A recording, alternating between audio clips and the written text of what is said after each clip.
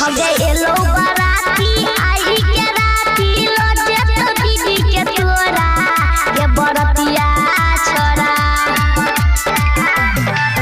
हम एलो बराती आई के राती लजे तो दीदी के तोरा के बरतिया छोरा।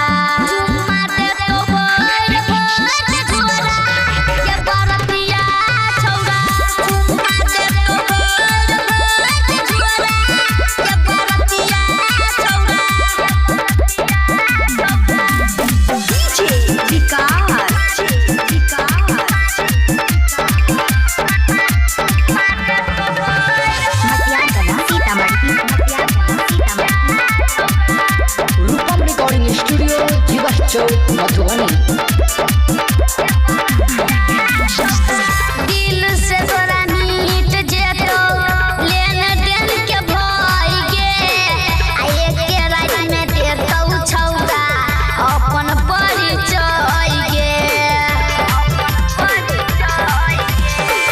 दिल से तोरा नीट जेतो लेन देन के भई गे आ एके रात में देतौ छौरा अपन परिचय गे।